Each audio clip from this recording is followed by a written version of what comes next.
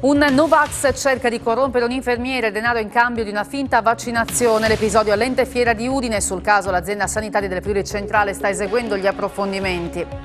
Infermieri in fuga dagli ospedali della regione. Gli eccessivi carichi di lavoro li inducono a cercare occupazione nelle strutture private. La CISL chiede incentivi economici per la categoria.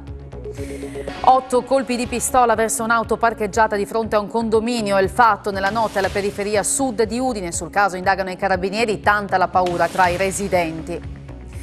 Più della metà degli studenti della regione continuerà il proprio percorso di formazione al liceo. I dati dal Ministero dell'Università e della Ricerca. Intanto i 200 protestano contro il nuovo esame di maturità. Si sono aperte oggi le Olimpiadi invernali, domani subito 3 friulane in gara, prima Martina Di Centa, Cristina Pittin nel fondo, poi la Vittozzi nel biathlon con una tifosa speciale, Manuela Di Centa.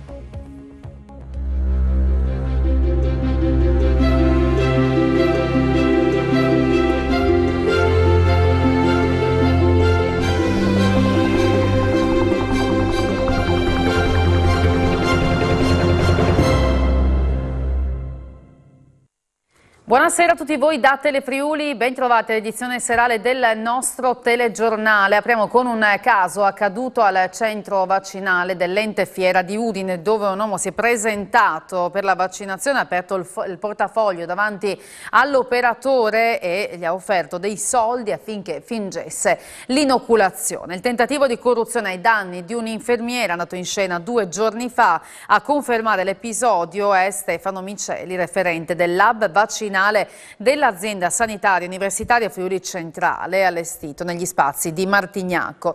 Ci è stato segnalato il caso di una persona che avrebbe aperto il portafogli chiedendo all'operatore sanitario, un infermiere, quanto denaro volesse per non effettuare la vaccinazione e fingere di averla eseguita, ha affermato Miceli. L'infermiere, spiega il direttore generale di ASUFC Denis Capurale, non solo non si è lasciato corrompere, ma ha subito chiamato i carabinieri, a dimostrazione che il personale non si fa intimidire, non risponde alle provocazioni, anzi le sa gestire. Sono stati diversi gli episodi in vari centri vaccinali della regione di incursioni di Novax, protagonisti di azioni di disturbo, ma mai era stato segnalato qualcosa del genere. Il direttore generale Caporale riferisce di altri episodi particolari, come quello di una persona che si è presentata al centro vaccinale di Codroi, poi dopo aver fatto tutto il percorso improvvisamente è fuggita dalla struttura appena arrivato il turno per l'inoculazione. Un altro fatto particolare ha avuto come teatro la rete. Su un gruppo Facebook un utente ha raccontato di essersi recato al centro vaccinale di Gemona e di aver visto tante persone svenire dopo l'inoculazione. Dopo le verifiche effettuate, ha spiegato Caporale, è emerso che quella persona non era presente al lab. C'è stato un nuovo episodio movimentato che ha avuto come protagonista il Novax Ugo Rossi. Questa volta è stato arrestato dalla polizia locale per essere entrato in un ricreatorio senza il Green Pass. È stato arrestato dalla polizia locale con l'accusa di resistenza pubblico ufficiale. Nuovi guai per Ugo Rossi, consigliere comunale a Trieste, eletto nelle fila del Movimento Trevu e noto per le sue posizioni Novax. Questa mattina al ricreatorio Giovanni Toti era in corso un sopralluogo da parte di una commissione del Consiglio di cui Rossi fa parte. Il consigliere è entrato nonostante l'accesso sia regolamentato dall'obbligo di certificazione verde che lui ovviamente non ha. Entrando, a quanto si apprende, anche spintonato l'addetta dell'amministrazione preposta al controllo. Gli altri consiglieri hanno quindi allertato le forze dell'ordine che hanno chiesto a Rossi di lasciare la struttura. Io sono in presenza durante la 5ª commissione, quindi se state interrompendo un pubblico servizio, vi avviso. Gli agenti hanno quindi immobilizzato Rossi a terra per poi accompagnarlo all'esterno della struttura nella sede della polizia locale in stato di arresto, attualmente in attesa di convalide ai domiciliari. Rossi era stato condannato il 13 gennaio scorso in primo grado a una pena di 5 mesi per resistenza pubblico ufficiale e lesione in occasione della sua sortita davanti all'ufficio postale di San Giovanni durante la campagna elettorale. Un applauso alla polizia locale che con l'intervento di oggi ha saputo mettere fine all'ennesima violazione della legge a favore di telecamere del consigliere comunale Ugo Rossi. È stato questo il commento dell'assessore regionale alle autonomie locali Pierpaolo Roberti, che ha ricordato come una carica istituzionale, pur nel proprio diritto di manifestare le proprie posizioni, abbia come tutti e più di tutti un obbligo di rimanere entro i confini della legalità e nel rispetto di quelle divise che oggi hanno fatto il loro difficile lavoro. Alla richiesta del Green Pass dichiara un nome diverso dal proprio e viene denunciato. L'episodio è successo ieri sera a Trieste durante i controlli effettuati dalla Polizia di Stato negli esercizi commerciali. Un 23enne già noto alle forze dell'ordine è stato denunciato per sostituzione di persona. Aveva infatti esibito un Green Pass intestato ad un altro. Gli infermieri sono in fuga dagli ospedali della regione. Gli eccessivi carichi di lavoro li inducono a cercare occupazione presso le strutture private. La CISL chiede incentivi economici per la categoria. È emergenza personale al Santa Maria della Misericordia di Udine, dove i sindacati rilevano un lieve miglioramento per quanto riguarda gli accessi al pronto soccorso.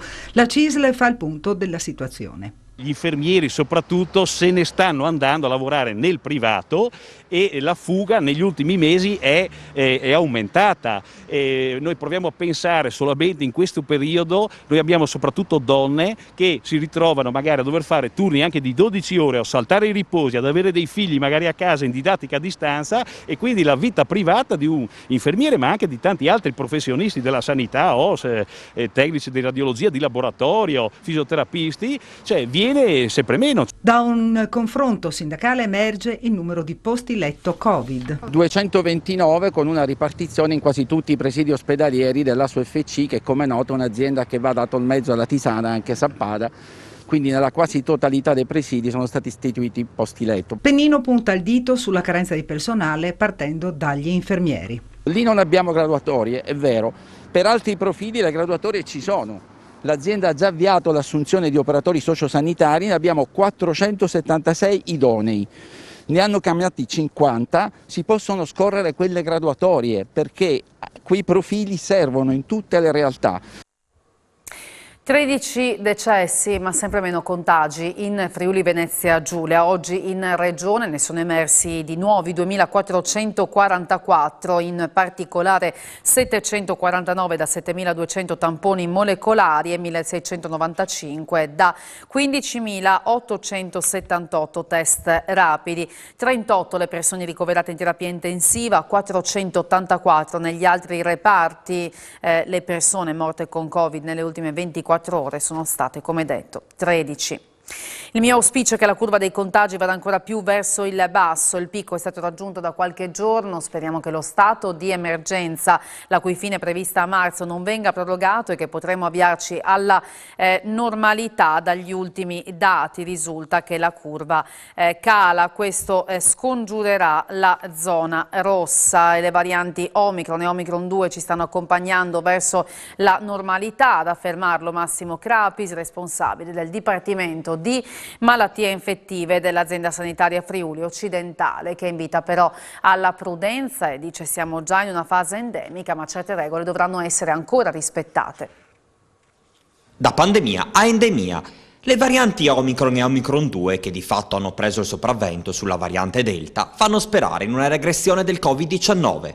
Del resto, essendo i due ceppi del virus molto contagiosi, ma meno pericolosi dal punto di vista sanitario, un'alta percentuale di persone si è già contagiata. Ecco perché, secondo gli esperti, la pandemia è ormai un qualcosa di superato. Le caratteristiche del virus sono quelle di mutare, quindi ovviamente ci potranno essere ulteriori varianti, ulteriori mutazioni, e al momento è difficile prevedere quali saranno. Con una diffusibilità così alta, chiaramente stanno immunizzando per forza di cose una buonissima fetta di popolazione, e questo potrebbe far cambiare completamente le cose. A questo punto sarebbe opportuno considerare il Covid come una normale influenza, pur mantenendo ancora alcune attenzioni. Dal punto di vista scientifico, e quindi poi anche di converso dal punto di vista politico, è giusto cambiare strategia, perché andare a cercare anche l'ultimo persona positiva eccetera ormai non è più razionale, non è più fattibile sostanzialmente, e quindi a questo punto è giusto andare a considerarla un po' come consideravamo l'influenza. In realtà ovviamente poi dovranno rimanere alcune attenzioni maggiori rispetto a quello che mettevamo con l'influenza, dove l'avevamo un po' troppo banalizzata, e quindi per esempio le mascherine nel momento in cui uno è sintomatico, ha un raffreddore eccetera, sarà fondamentale ricordarcelo. Molte strategie diagnostiche dovranno essere assolutamente riviste. E le minori restrizioni, in particolare per i vaccinati, vanno incontro alle esigenze delle categorie economiche più colpite, come ad esempio quella di baristi e ristoratori, che ora però temono un nuovo nemico, l'inflazione. Sono passati quasi 2 anni dalla pandemia, chi ha sofferto di più sono bar e ristoranti, però adesso il governo ha deciso in questi ultimi provvedimenti di dare meno restrizioni, e voi come l'avete accolta? Si auspica che vengano veramente abbassare, diciamo, le restrizioni, perché abbiamo avuto 2 anni veramente di crisi. Le minori restrizioni molto probabilmente terrorizzeranno meno la gente, ecco. Credo. Speriamo che ci siano regole più facili e magari anche un po' più chiare, perché sinceramente non si capisce un po' più niente, perché le cose cambiano, non dico giornalmente, ma di settimana in settimana, e quindi uno non si riesce a fare neanche un quadro chiaro della situazione. C'è un ritorno alla normalità nei bar? Purtroppo no, cioè il lavoro è sempre uguale, poi la storia del Green Pass ha buttato giù tanto il lavoro. Il vero problema potrebbe essere l'aumento dei costi? Assolutamente sì, lei consideri che da agosto, quindi l'anno scorso, la corrente e il gas è aumentato di più del 50%. No, noi non abbiamo aumentato niente, però come ha detto lei adesso le bollette sono aumentate, non di poco anche. Con gli aumenti ultimi, luce, gas e quant'altro, veramente siamo ridotti, diciamo, allo stremo. Fra poco con questi aumenti nuovi dovremo sicuramente aumentare, perché aumenta tutto. Scene da Far West la scorsa notte a Udine, con 8 colpi di pistola che sono stati sparati a poca distanza da un condominio. Forse si tratta di un regolamento di conti. A terra ci sono i segni lasciati dagli inquirenti, le tracce indicano gli 8 colpi di pistola esplosi nella notte alla periferia sud di Udine e all'angolo tra via Baracca e via Gabelli, che ieri sera si è consumato il fatto di cronaca che resta ancora avvolto nel mistero. Erano da poco passate le 22:30 quando nell'area verde di fronte a un condominio al Civico 60 i residenti hanno udito alcuni rumori, dei veri e propri spari, 8 in tutto, come avrebbero poi constatato sul posto gli stessi inquirenti che stanno esaminando il caso. Alcuni di questi avrebbero colpito anche un'auto parcheggiata di fronte allo stabile, tanta la paura da parte dei residenti, che ammettono che da alcuni mesi, soprattutto durante la notte, ci sia un continuo girovagare di estranei che bevono e lasciano, come testimoniano le immagini, le bottiglie a terra. La zona è poco distante da Viale Venezia, a ridosso della ferrovia, poco più in là c'è la caserma Berghins e una strada bianca, un luogo ideale quindi per nascondersi e fuggire. I carabinieri del nucleo investigativo sono al lavoro per chiarire la dinamica dell'accaduto. Una delle ipotesi al vaglio degli inquirenti è che possa essersi trattato di un regolamento di conti all'interno dell'etnia Rom. L'incidente mortale sulla A28 di domenica scorsa, a causa della morte pressoché istantanea delle 2 giovani donne, sono state fratture multiple, profonde lesioni, quanto è emerso dall'autopsia effettuata oggi pomeriggio dal medico legale. Rinviata invece la perizia ecologica sull'indagato, si terrà durante l'incidente probatorio. Fratture multiple importanti che hanno provocato lesioni tali da creare una morte istantanea a seguito dell'impatto molto violento. Questa la sintesi emersa dall'ispezione cadaverica effettuata oggi pomeriggio dal medico legale Michela Frustaci sui corpi di Jessica Fragasso e Sara Rizzotto, le 2 giovani donne di 20 e 26 anni decedute domenica sera in seguito all'incidente stradale sulla 28. L'esame esterno delle salme, non una vera autopsia, con prelievo di campioni per gli esami tossicologici, è stato conferito dal PM del Tribunale di Pordenone, Federico Facchin, titolare dell'indagine, all'anatomopatologa per stabilire le esatte cause della morte. Il violento scontro causato dal SUV guidato da Dmitry Traikov, che ha colpito la Fiat su cui viaggiavano, è stato fatale alle 2 cugine venete. Per quanto riguarda la perizia sull'indagato, che avrebbe dovuto stabilire, attraverso un accertamento irripetibile, quando Traikov abbia assunto alcol, se prima dell'incidente o dopo essere tornato a casa fuggendo dal luogo del sinistro, come sostiene, il test da parte del medico legale è stato posticipato. La difesa ha eccepito a riguardo e chiesto l'inserimento dell'esame nel corso dell'incidente probatorio, cosa che avverrà in seguito. Secondo Loris Padalino e Gianni Massanzana, i legali che assistono il 61enne, accusato di omicidio stradale plurimo aggravato, omissione di soccorso e fuga, non saranno sollevate altre eccezioni, in modo tale che possa giungere il nulla osta e venga data al più presto una degna sepoltura per le vittime. Traikov ora si trova agli arresti domiciliari nella sua casa di Pordenone con braccialetto elettronico, misura adottata ieri dal GIP che ha revocato la custodia in carcere. Fermati a Pordenone dalla polizia con droga e alcune migliaia di euro in contanti che nascondevano nelle parti intime. Nascosti nelle mutande avevano droga e denaro. Per questo un 21enne e un 17enne pordenonesi, dopo un controllo da parte della polizia nella zona del centro studi, sono finiti nei guai. I poliziotti li hanno fermati lo scorso 29 gennaio, insospettiti dal loro confabulare assieme ad altri coetanei. I due, alla vista degli agenti, hanno infilato qualcosa nei pantaloni, sono stati portati in questura e perquisiti. Il 17enne è stato trovato in possesso di oltre un etto di hashish e di un coltello in acciaio a serramanico. Al 21enne sono stati trovati addosso 5 grammi di hashish e quasi 8.000 euro in contanti. Per i due sono scattate anche le perquisizioni nelle loro case, dove la polizia non ha trovato nulla. Gli agenti sono anche risaliti a un 19enne di Pordenone che aveva acquistato dai due 12 grammi di hashish a 100 euro. Il 21enne è stato arrestato in flagranza per detenzione e spaccio di droga e posto dall'autorità giudiziaria prima agli arresti domiciliari, quindi, dopo la convalida dell'arresto, sottoposto alla misura cautelare dell'obbligo di dimora nel comune di residenza, con il divieto di allontanarsi dalla sua abitazione nelle ore serali e notturne. Il minorenne è stato deferito in stato di libertà, sempre per detenzione e spaccio di sostanze stupefacenti.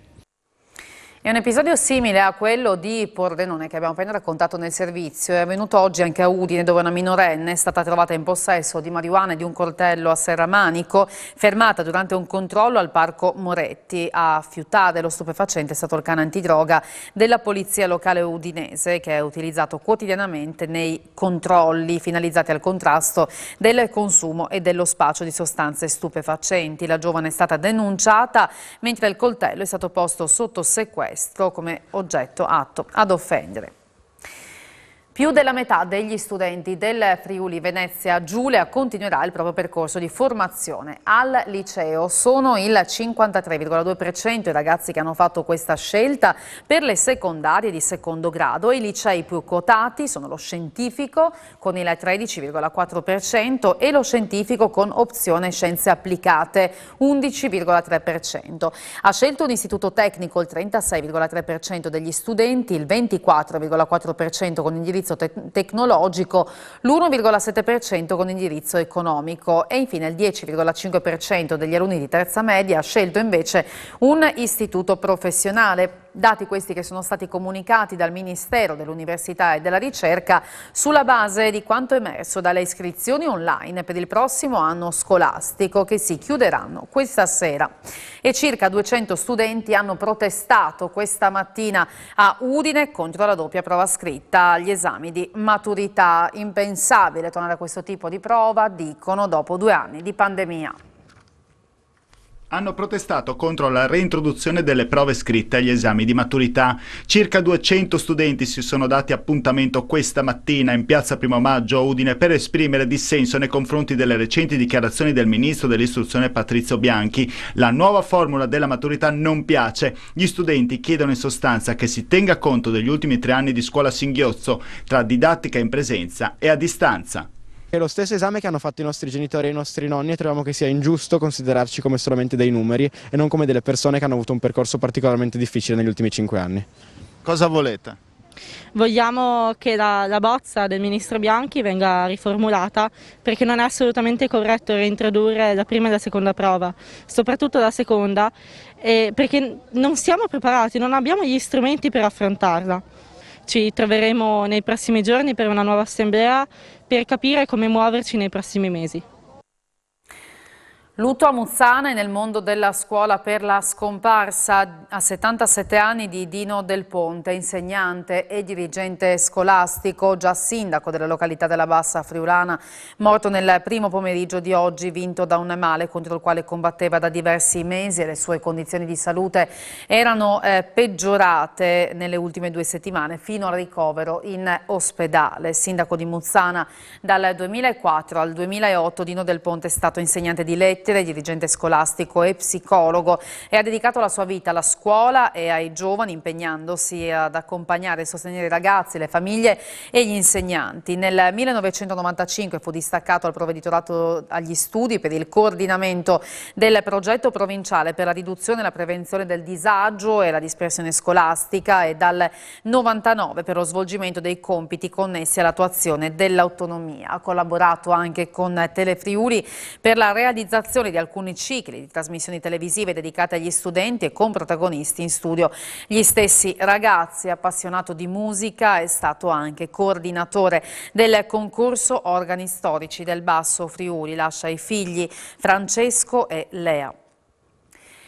Trattamenti disinfestanti dei locali in presenza di cosce in fase di stagionatura. Il servizio igiene degli alimenti di origine animale dell'azienda sanitaria universitaria Friuli Centrale blocca la commercializzazione di decine di migliaia di prosciutti di uno stabilimento di San Daniele.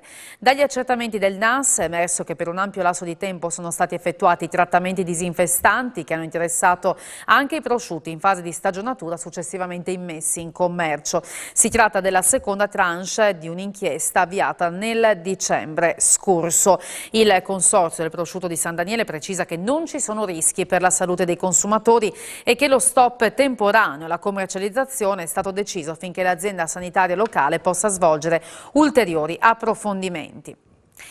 C'è stato un incidente nel pomeriggio di oggi in via Treppo, a pochi passi dal Teatro Nuovo Giovanni da Udine, a scontrarsi un autobus e una vettura. Ferita una passeggera a bordo del mezzo pubblico caduta in seguito allo schianto. Sul posto sono intervenuti gli uomini della polizia locale e i sanitari del 118. La dinamica è ancora al vaglio degli agenti intervenuti per i rilievi e la gestione del traffico, con inevitabili disagi alla viabilità.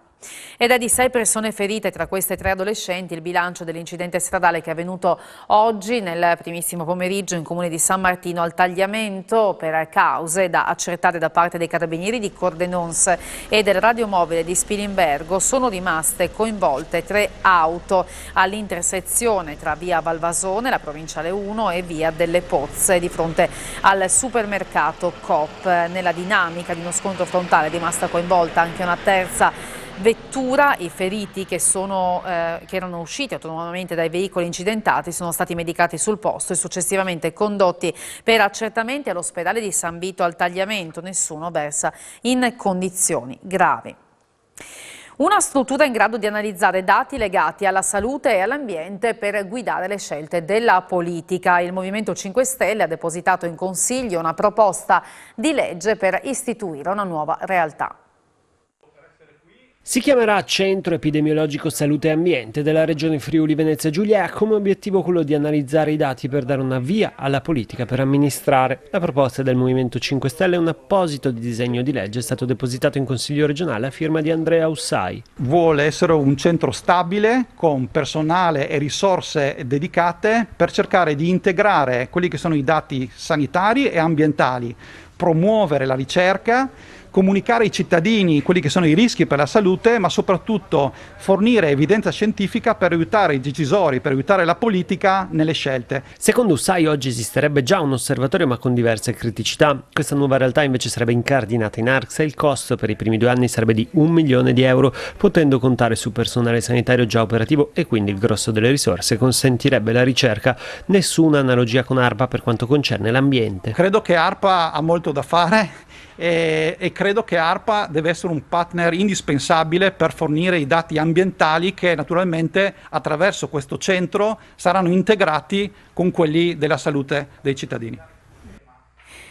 Nel 2021 gli ammortizzatori sociali in regione sono dimezzati rispetto all'anno precedente, ma i valori restano ancora molto alti rispetto al periodo pre-Covid.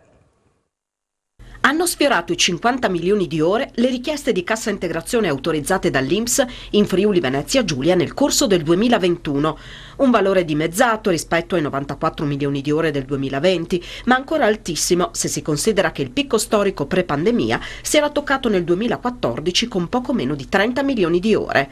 La voce più cospicua è rappresentata dalla cassa integrazione ordinaria con 23,2 milioni di ore, poco meno della metà del 2020, seguita dal fondo di integrazione salariale che tutela i lavoratori dei settori non coperti dalla cassa integrazione e delle aziende fino a 5 dipendenti.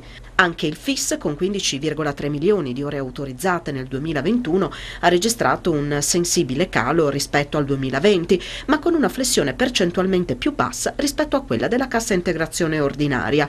Pesa evidentemente l'ammontare ancora molto elevato di richieste da commercio e terziario, che hanno assorbito più del 90% degli interventi del FIS nel 2021 e quasi la metà degli ammortizzatori complessivi. In linea con il calo del FIS, quello registrato dalla cassa in deroga, meno marcata la flessione della cassa integrazione straordinaria.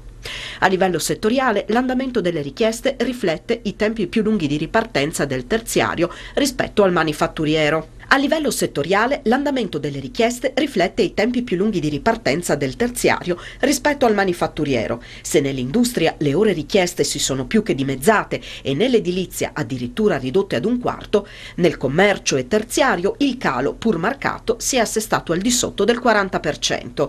Per quanto riguarda le singole province, Trieste è quella che ha fatto segnare la flessione più alta nelle richieste di CIG, scese del 61% nell'area giuliana contro una media regionale del 50%.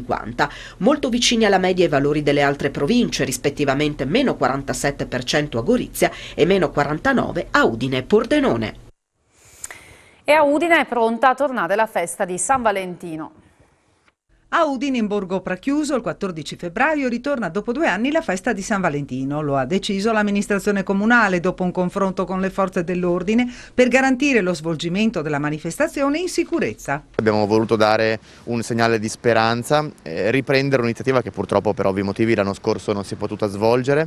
Ci saranno 36 stand, quindi un'offerta comunque di una certa quantità, oltre che di qualità per i partecipanti alla fiera, però sarà solo il giorno 14 durante tutto l'arco della giornata, quindi si partirà la mattina tra le 9:30 e le 10 fino alla sera. Gli accessi alla via saranno controllati dagli agenti della polizia locale, il cui numero sarà commisurato all'affluenza in via Prachiuso. Ci saranno quindi controlli agli accessi, di essere in possesso del Green Pass, e poi ci saranno ovviamente anche all'interno la presenza di personale in divisa per garantire che sempre si svolga tutto nel rispetto di quelle che sono le regole di prevenzione per garantire che queste manifestazioni si continuino a fare.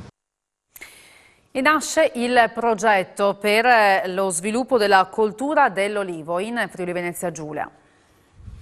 L'associazione produttori olio extravergine d'oliva della zona collinare del Friuli Venezia Giulia sta coordinando un progetto per ripristinare e sviluppare la coltura dell'olivo in regione, beneficiari piccole e medie imprese con unità produttiva economica situata sul territorio regionale, per la piantumazione di nuovi oliveti e l'integrazione degli esistenti e lo sviluppo della filiera di trasformazione delle olive per un prodotto di qualità. Per acquistare anche dei macchinari ci sono dei finanziamenti non di poco conto. Già abbiamo 10 aziende sono interessate che hanno dato la disponibilità, ma ci servono ancora altrettante, diciamo così, per accedere a queste possibilità che la Regione ci ha messo a disposizione.